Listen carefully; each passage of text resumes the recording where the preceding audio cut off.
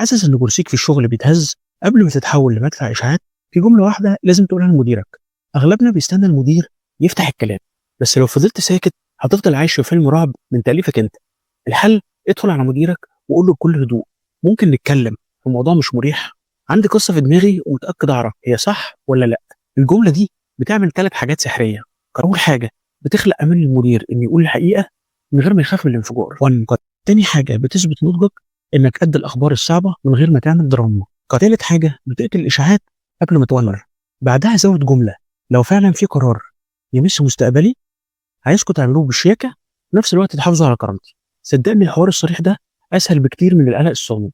طب لو المدير فعلا قال لك إحنا فعلا هنستغنى عنك، هتتصرف إزاي؟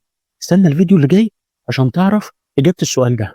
اكتب في الكومنت كلام في الوش لو شايف إنك لازم تفتح الحوار ده مع مديرك. شارك الفيديو مع زميل حاسس إن ظهره للحيطة دلوقتي، وتابعني عشان تعرف خطة النجاة الكاملة